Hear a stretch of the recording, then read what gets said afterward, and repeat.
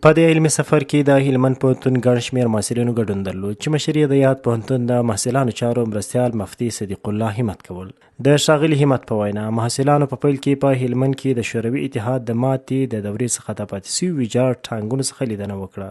نوموړي څرګنده کړې چې دغه ټانک د افغان ولس د تاریخي مقاومت، سرښندنو او بریات څرګند سمبول دی او محصلانو ترې خپل ولس د ویاړلي تاریخ او د یرغل د ماتې پیغام واخیست. وروسته محصلانو د هلمند د تاریخي قلعه بست څخه لیدنه وکړه. محصلانو هلته د یادې تاریخي کلا مخینه، معماري ځانګړتیاوې او د سیمې په تاریخ کې رول وپیژنده او د خپل فرهنګي میراث په اړه لا زیات معلومات ترلاسه کړه. د زیاته کړې چې د سفر په وروسته برخه کې محصلانو د هیواد د ستر محدث محمد ابن حبان بوستي رحمه الله د ارامګاه څخه لیدنه وکړه.